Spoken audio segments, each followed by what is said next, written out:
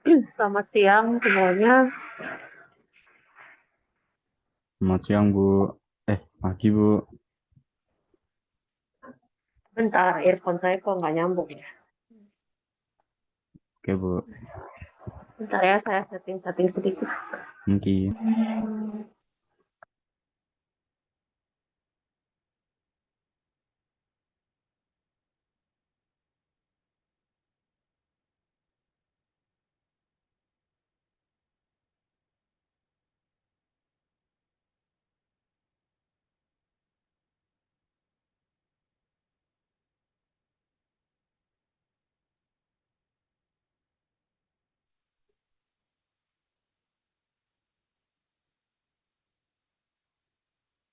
Halo, suara saya terdengar?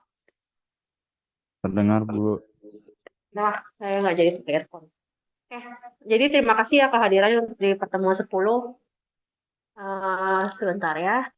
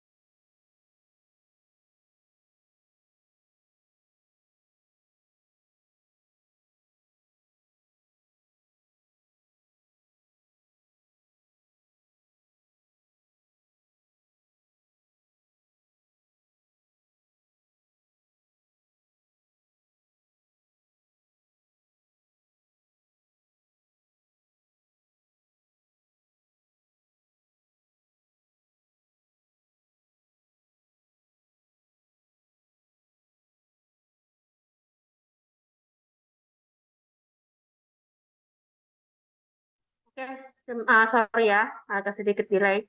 Jadi sebelum kita masuk ke materi pertemuan 10, hari ini kita akan banyak membahas tentang MySQL database.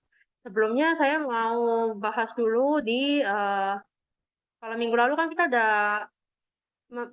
membahas tentang database ya atau RDBMS. Kemudian ada ada memproses data, kemudian ada model-model data juga seperti itu.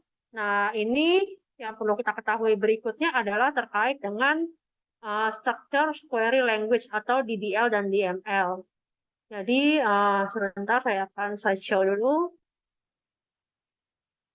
share screen.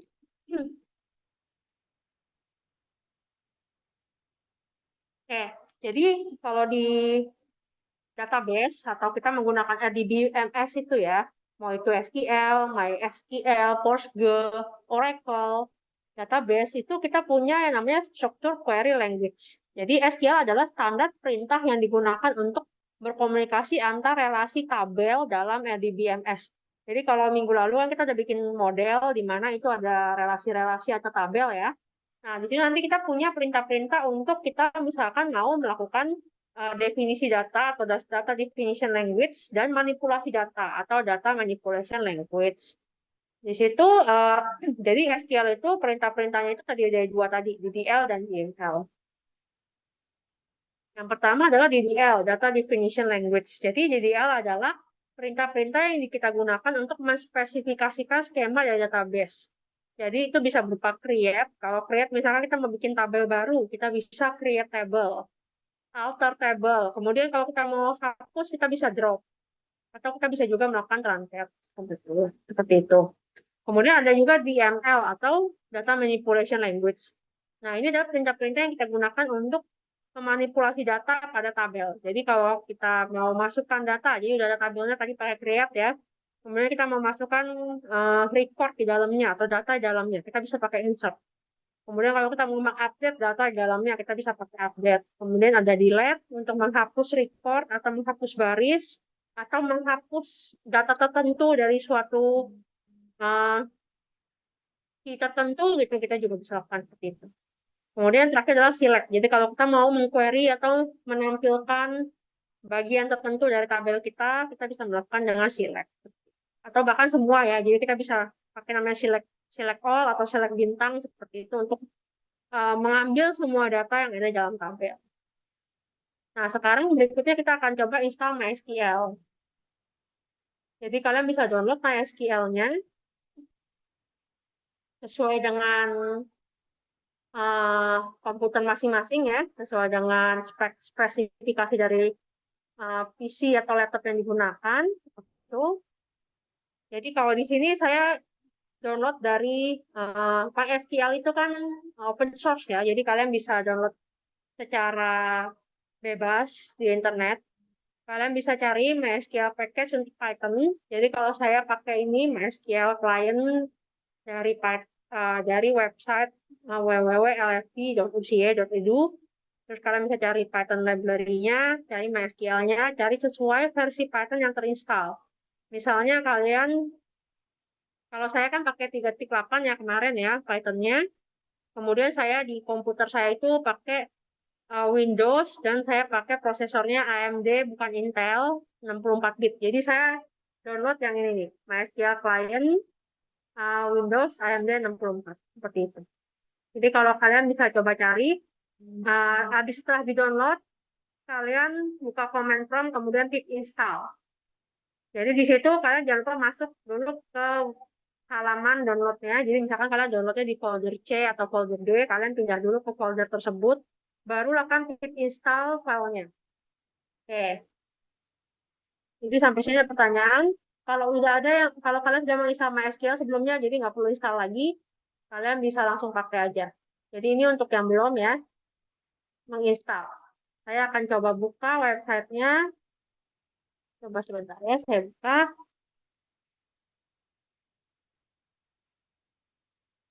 Nah, jadi websitenya nanti seperti ini ya. Kita bisa cari Python, Ctrl F, sorry, Ctrl F, MySQL. Nih, MySQL client di sini.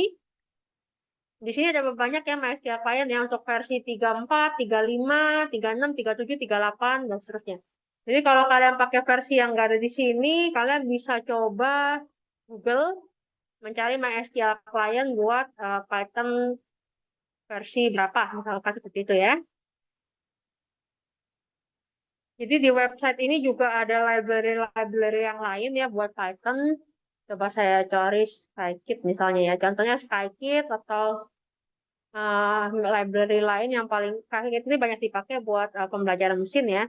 Mungkin kita lihat aja di halaman pertamanya. Nih, banyak sekali ya library Python ya. Pokoknya jadi lumayan lengkap lah Python itu untuk melakukan pemrograman.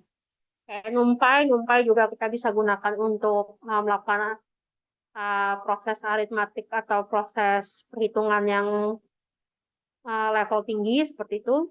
Jadi di sini banyak sekali uh, apa namanya library dari Python kayak Pandas ini juga banyak dipakai ya untuk melakukan atau menarik data dari CSV misalnya atau Excel bisa menggunakan Pandas. Oke, sampai sini kalau nggak ada pertanyaan saya kembali ke yang install MySQL dan download MySQL. Bentar. Jadi kita coba download terlebih dahulu ya. Nanti kalau sudah kita akan coba jalankan. Silahkan juga ya kalau ada pertanyaan.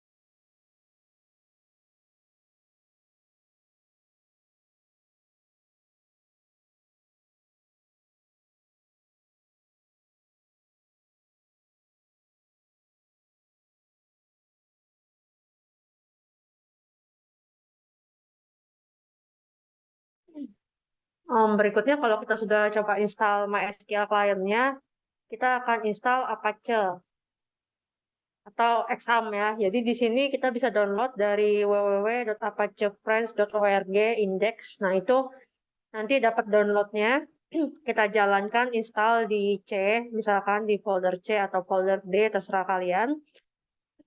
Setelah itu, setelah diinstal, kita akan bisa buka di, kalau kita apa namanya, buka di Windows ya, itu ada Exam Control Panel.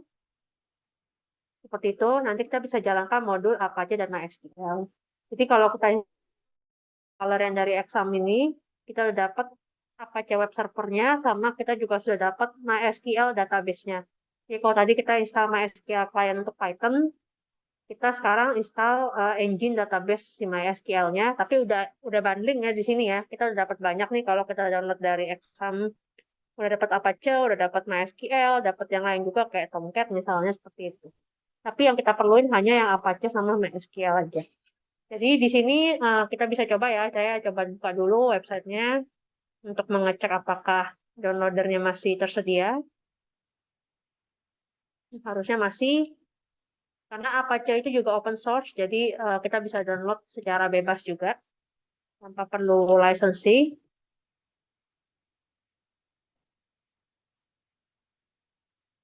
Sebelumnya jika ada yang kesulitan tadi sama SQL-nya bisa info ya, atau chat aja ya. Bentar, saya coba buka yang Apache-nya. Ini Ctrl C.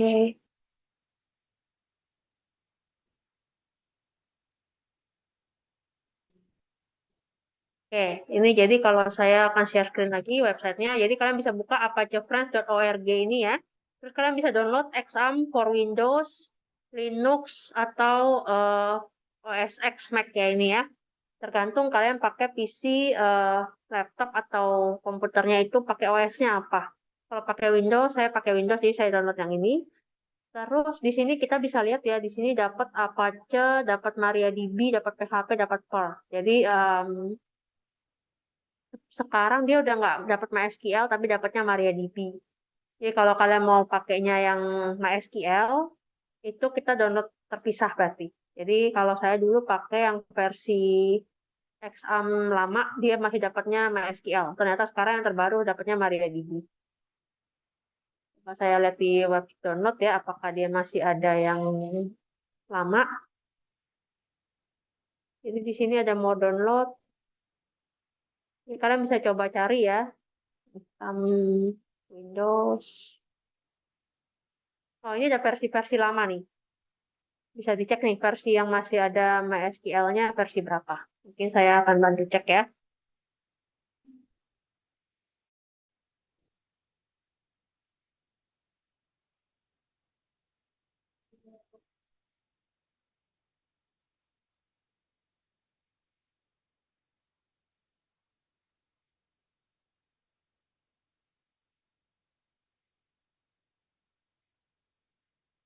Jadi ini mesti kita cek satu-satu sih di foldernya. Dia akan tulis nih dia dapatnya apa aja. Oh, di summary. Kalian sambil cari-cari juga aja ya. Oh, ada nih versi yang... Bentar, saya back. Versi yang 7 itu masih dapatnya MySQL. Jadi kalian bisa download versi yang 7, bukan versi yang 8. Oke, sampai sini ada pertanyaan.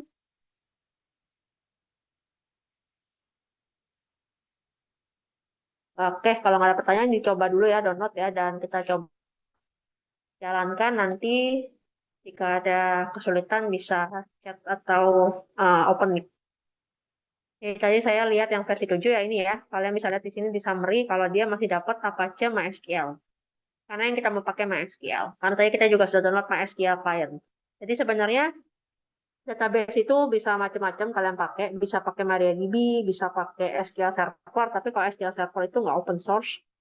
Atau kalian mau pakai yang lain, MongoDB itu kita bisa pakai macam-macam. Yang penting kalian install MySQL, kalian install client untuk Python-nya, kemudian kalian install database engine-nya.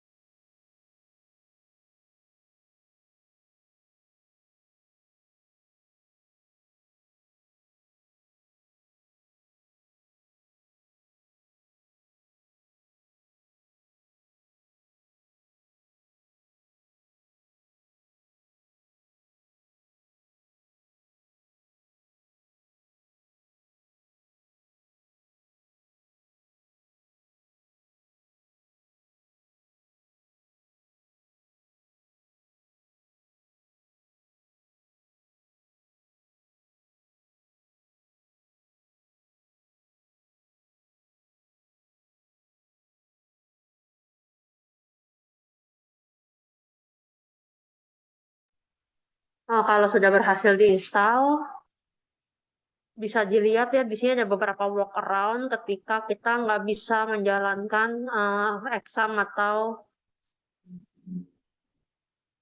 mungkin PHP version dari instalasi kita. Jadi kan kalau tadi kita install exam, selain dapat Apache, dapat MySQL, dapat PHP juga. Jadi PHP ini bahasa pemrograman lain selain Python, banyak dipakai buat halaman berbasis web. Kalian bisa pakai juga karena udah terinstall bareng-bareng tadi ya waktu kita download exam itu. Nah, ini kita perlu tambahkan di pad. Jadi kalau kalian nggak bisa jalanin examnya, itu mungkin ada beberapa workaround yang bisa kita lakukan. Contohnya di sini kita update pad. Kalau kita buka di My Computer, Properties, Advanced System Setting, ada yang namanya Environment Variable. Di situ kita masukin direktori instalasi exam kita. Seperti itu. Jadi saya contohkan ya. Hmm,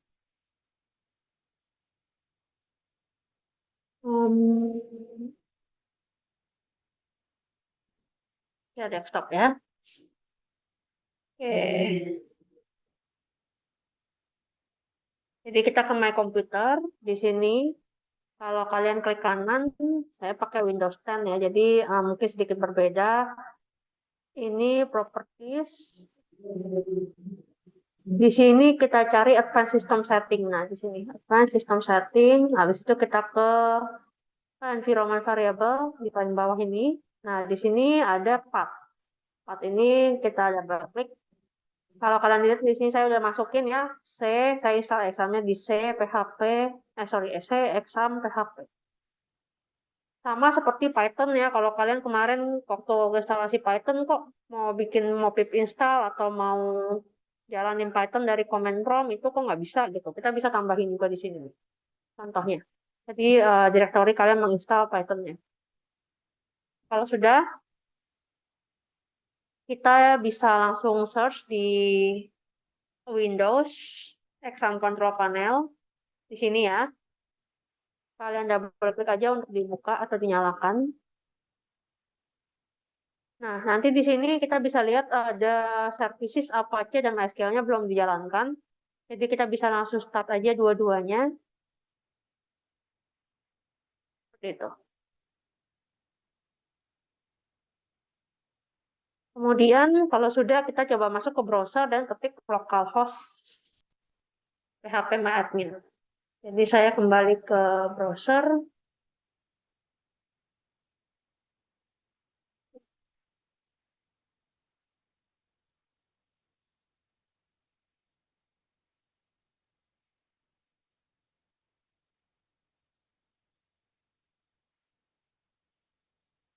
phpMyAdmin.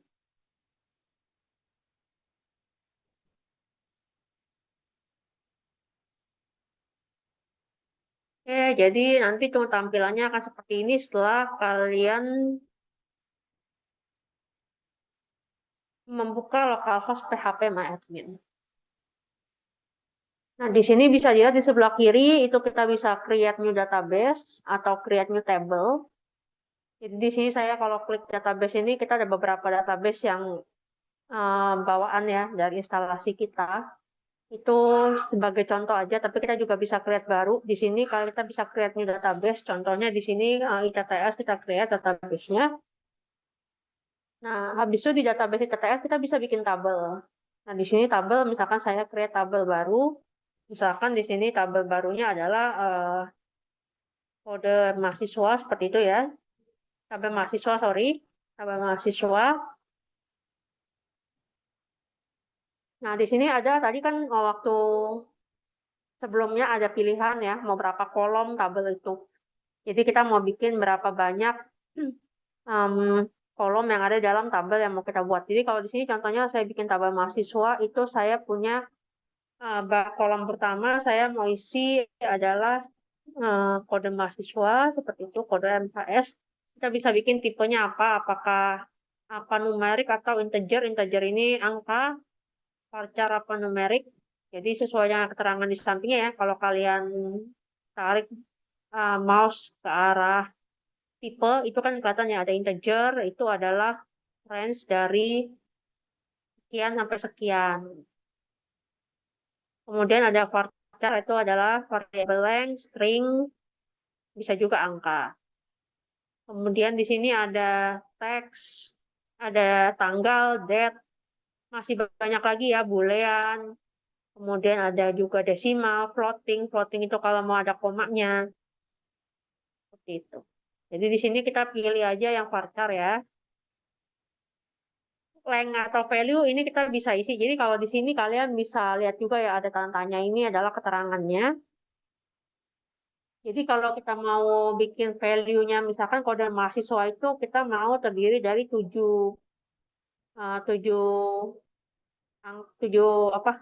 huruf gitu ya. Kita bisa masukin di sini 7 gitu. Jadi nanti kode mahasiswanya itu hanya terdiri dari 7 huruf. A, B, C, D, E, F, A, B, C, D, E, F, G gitu. Yang lain kalian boleh isi, boleh enggak. Jadi ini terkait dengan apa namanya ini, ASCII-nya ya. Kemudian di sini juga default boleh nol apa enggak, ribut dan lain-lain. Di situ kalian bisa isi. Saya save. Jadi di sini tadi ada kode mahasiswa. Tabel saya terdiri dari satu kolom kode mahasiswa yang tipenya adalah varchar dengan lengthnya 7 seperti itu. Sekarang kita bisa jadikan ini sebagai primary key. Tadi primary key berarti dalam kode mahasiswa itu nggak ada yang kode mahasiswanya ABC, habis itu ABC misalkan atas namanya Bapak Ana, kemudian ada lagi Salsabila juga ABC gitu kode mahasiswanya. Nggak bisa seperti itu, jadi kita bikin primary ini sebagai primary key. Tadi harusnya saya nambahin nama ya. Kode mahasiswa sama nama. Jadi kita bisa nambahin tambahan kolom ya. Di sini saya tambah add satu kolom setelah kode mahasiswa. Jadi nama mahasiswa lah ya. Nama mahasiswa varchar juga. Kalau nama kita bikin lengthnya bisa panjang, misalkan 15. Jadi di sini ada kode mahasiswa dan nama mahasiswa. Yang kode mahasiswa kita jadikan primary key. Ya, sampai ada pertanyaan.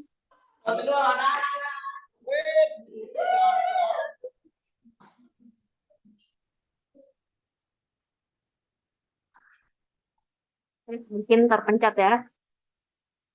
Oke, jadi kalau kalian lihat tadi sewaktu saya melakukan perubahan di tabel saya, itu ada SQL query-nya.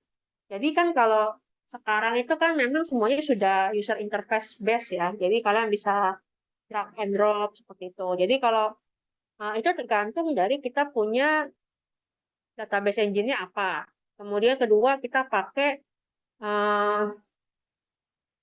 apa namanya database buat mengquery-nya itu menggunakan tools apa seperti itu. Jadi contohnya kayak SQL Server kan dia sudah dapat tuh ya namanya SQL Server Management Studio seperti itu. Kalau kita install Oracle kita nggak dapat tools buat melakukan query. Jadi kita mesti install additional seperti misalkan Toad, Datadog ya atau Net yang paling banyak dipakai apa ya kalau Oracle ya selain Toad ya. Jadi banyak ya tools-tools yang buat kita melakukan query. Nah di situ kalian harus ketik query SQL query sintaknya atau SQL query perintahnya apa. Kalau di yang tadi sudah dijelaskan waktu kita bahas soal DDL dan DML, data definition language dan data manipulation language. Jadi kalau kayak di sini tadi pakai klik-klik, sebenarnya itu ada query-nya, ada SQL query-nya. Kayak waktu saya bikin tabel baru, di sini saya tinggal klik new table gitu. Tapi kalau misalkan kita pakai SQL query, kita pakainya create table kode mahasiswa. Seperti itu. Terus kalau misalkan kita mau create table nama mahasiswa, sama create table nama mahasiswa. Sama ketika kita mau melakukan alter table ya, alter table mahasiswa add primary key kode mahasiswa. Misalkan seperti itu. Di sini juga udah dimudahkan ya, kita bisa langsung ambil PHP code-nya apa, kemudian bisa juga langsung edit. Oke, sampai sini mungkin ada pertanyaan untuk membuat tabel, membuat database, membuat tabel seperti itu. Nah, sekarang kita bisa lihat di sini ya, kalau misalkan kita mau menjalankan SQL query di tabel mahasiswa. Contohnya, misalkan di mahasiswa ini, saya mau insert dulu deh. Kita insert dulu isinya ya. Di sini value-nya misalkan yang ini A, B, C, D, A, B, C, yang ini D, E, F gitu ya. Namanya di sini eh, Anton Budi ya gitu ya. Oke, ini saya masukin dulu. Jadi kalau kalian pakai query ya, insert into tabel mahasiswa, kode mahasiswanya value-nya ABC, nama mahasiswanya value-nya Anton, kalau kode mahasiswanya DEF, nama mahasiswanya Budi. Nah, seperti ini ya. Sekarang udah dijalankan tadi. Jadi di tabel mahasiswa kita sekarang sudah ada dua query atau dua record. Yang pertama ABC, Anton, DEF, Budi. Sekarang kita mau coba select nih. Pertama coba kita select bintang, itu artinya kita select semua isi dari tabel kita. Seperti itu ya. Jadi kita coba jalankan. Nah, di sini ada ya, tabelnya keluar ya, kode mahasiswa ABC, DEF, Anton, Budi. Seperti itu. Kalau kita mau, bisa juga nih kita select bintang from mahasiswa where kode mahasiswa sama dengan ABC. Nanti dia akan cuma keluar record yang pertama. Atau kalau misalnya kita mau select bintang from mahasiswa where nama mahasiswa sama dengan Anton. Gitu. Nanti dia cuma keluar yang Anton. Seperti itu ya. Jadi banyak SQL query yang bisa kita coba dengan tabel atau database. Terus kita juga bisa melakukan delete ya. Delete, delete, nih, delete from mahasiswa where kode mahasiswanya ABC. Nah, itu nanti kita delete satu baris yang kode mahasiswanya ABC. Seperti itu. Saya delete. Jadi begitu saya mau select bintang lagi, select all lagi, yang ABC udah nggak ada. Seperti itu. Sampai sini mungkin ada pertanyaan?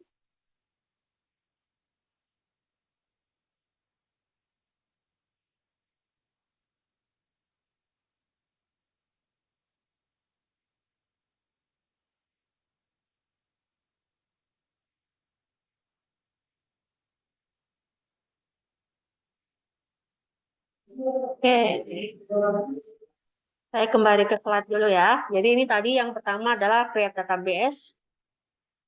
Misalkan kita mau bikin, kita tentukan nama database-nya apa, kemudian kita create. Kemudian di sini ada juga create table. Jadi misalkan kita mau bikin dalam database kita itu kan ada beberapa table. Misalkan kayak kemarin contohnya kalian sudah buat model ya. Model eh, di mana kalian punya beberapa table. Di situ kalian bisa buat tabel yang pertama, misalkan kalau kemarin saya kasih contoh itu kan ada yang tabel penyewaan ya, terus kemudian tabel film, tabel detail customer. Seperti itu. Nah, di sini contohnya tabel user. Ada apa aja di tabel user? Ada record username, nama, password, nomor telepon. Terus tipenya juga disesuaikan ya. Kalau tipenya varchar berarti dia bisa huruf. Kemudian kalau tipenya integer berarti dia angka. Seperti itu. Yang di sini username-nya itu saya jadikan primary key. Jadi username nggak boleh ada yang sama. Oke, jadi kalau kalian sekarang kita coba berkelompok lagi. Kemarin kita udah coba buat model. Sekarang kita coba buat tabelnya. Jadi kalian bisa buat di MySQL tabel. Atau kalian mau coba MariaDB juga nggak apa-apa. Karena mungkin sudah menginstal yang lebih baru, examnya.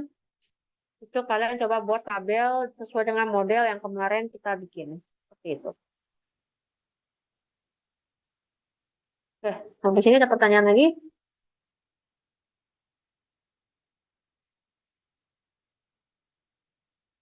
Oke, kalau nggak ada coba dibuat dulu ya.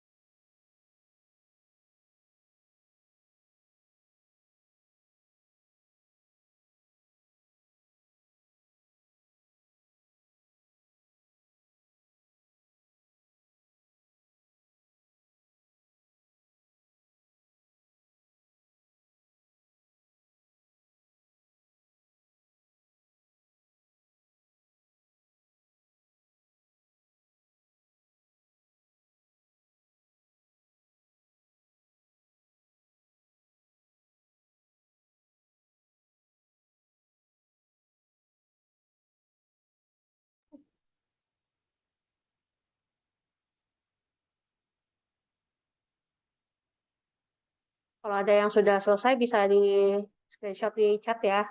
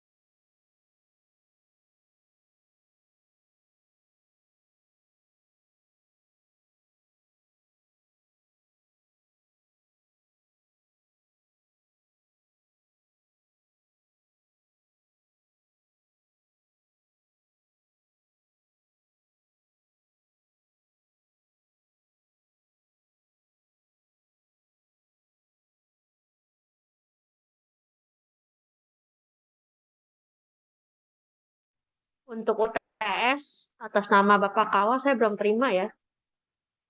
Bapak Kawa Rismi Bilhaki.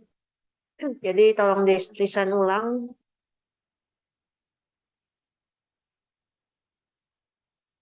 Tolong diinfokan juga ya ke Bapak Kawa ya. Kalau di kelompoknya. Bapak Kawa ini kelompok berapa sih? Sebentar. Hmm, hmm, hmm.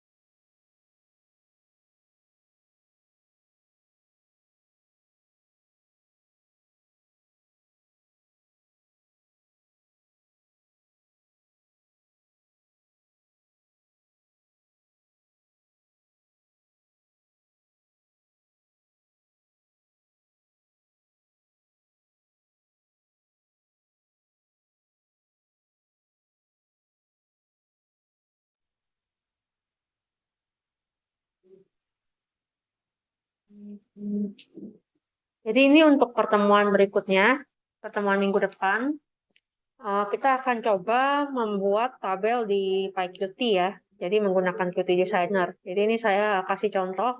Di sini contoh layout untuk membuat tabel. Nanti codingannya seperti apa akan kita bahas di minggu depan. Jadi untuk minggu ini kita akan coba untuk lebih difokuskan di instalasi, kemudian melakukan konfigurasi atau workaround jika instalasi kita mungkin bermasalah. Kemudian kita coba create database langsung dari phpMyAdmin atau dari user interface-nya XAMPP yang sudah ada ya. Jadi kita tinggal masuk ke localhost / phpMyAdmin. Seperti ini ya. Nanti kita sudah bisa langsung lihat di sebelah kiri. Di situ ada apa aja tabelnya. Kemudian di sebelah kanan itu ada detailnya ya, database servernya apa, kemudian web servernya apa. Di sini ada Apache, kemudian kita sudah pakai database servernya MySQL atau MariaDB, kemudian kita langsung bisa pakai untuk membuat database yang nanti akan kita panggil di PyQt dan Python seperti itu. Jadi kalian masih coba buat dulu ya. Jadi minggu lalu kan sudah membuat model data, yang model data jaringan, model data jaringan, model data relasional. Kemudian kalian coba buat dalam bentuk MySQL-nya seperti itu. Jadi saya tunggu untuk screenshot-nya ya, atau kalian misalkan mau share database-nya langsung atau tabelnya langsung juga nggak apa-apa. Ini tugas berkelompok, jadi saya tunggu untuk kalian kirimkan Bu, melalui email ya. permisi Bu. Yang berarti database-nya tuh cuman bikin kan kemarin saya kan bikin 3 tabel, berarti saya bikin 3 tabel begitu ya Bu. Iya, bikin 3 aja berarti tabelnya. Oh, berarti sudah. Ya, kita cuma nyoba aja kok ini. Jadi belum kita masukkan ke nanti kalau kita mau buat aplikasi ya pastinya tabelnya juga sesuai dengan aplikasi yang mau kita buat kan. Kalau ini Oh, hanya dicoba-coba aja. Jadi kalian coba create aja bisa nggak? Terus kamu coba insert masukin record ke dalam tabel kamu gitu dan lain-lain gitu aja sih bakalan. berarti untuk mau melihat total database-nya itu di SQL-nya ya Bu. Apa Mau lihat apa? Sorry. mau lihat apa yang total kan saya kan sudah bikin tabel. Kita Hmm. sudah isi eh, kolomnya itu. Lalu untuk melihat Hmm. hasilnya itu di mana ya Bu? Biar kelihatan Oh, semua begitu. oke, jadi kalau kalian mau lihat database, itu kan di sebelah kiri ya. Di sini ada database nih. Contohnya di sini database test. Mungkin saya akan share-nya langsung dari visual interface saya biar lebih gampang sebentar. Makasih Bu. Oke, jadi di sini kalian bisa lihat ya detail database kita. Di dalamnya ada tabel apa aja. Contohnya di sini saya bikin database ITTS, saya bikin tabel mahasiswa. Jadi kalau misalkan saya contoh tabel database lain ya, di sini nggak ada isinya. Coba yang Masters DB. Rata-rata cuma satu tabel, tapi kita bisa tambah tabel baru ya, seperti ini ya, new table ya. Contoh saya tambahin aja tabel barunya. Eh, mahasiswa terus tabel mata kuliah ya. Di sini isinya kode mata kuliah sama mata kuliah. Nah, seperti itu ya, misalkan ya kita eh, save. Nah, di sini jadi saya punya 2 tabel sekarang. Ini saya tambahin dulu untuk insert table.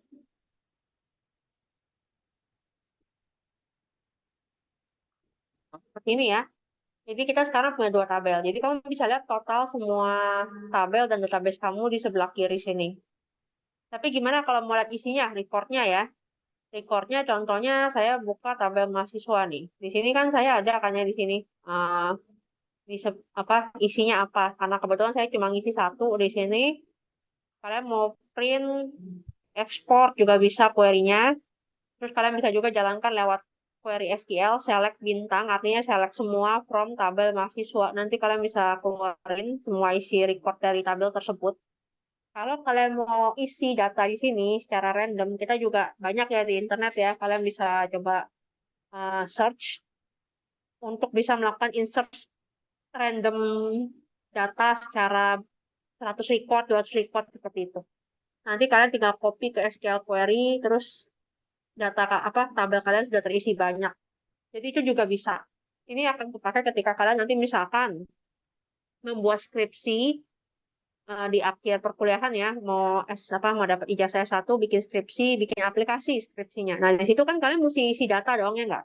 Isi datanya bisa kalian pakai misalkan metode kuesioner atau metode wawancara isi data seperti atau kalian pakai data dummy.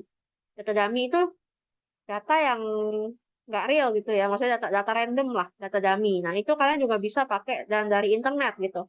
Jadi insertnya sekaligus langsung 100-200 record buat ngejalanin aplikasi kalian atau cuma buat memperlihatkan misalkan kalian mau kasih lihat grafik atau kasih lihat dalam bentuk pie chart di mana supaya ada datanya kelihatan lebih bagus kan kalau nggak ada data biasanya nggak kelihatan bagus ya grafik atau pie chart seperti itu. Contoh. Jadi itu juga kalian bisa cari di internet ya. Misalkan apa ya, keywordnya insert dummy data. Nih, data generator gini, kalian bisa coba pakai untuk membuat random data seperti itu aja. Oke, ada pertanyaan lagi?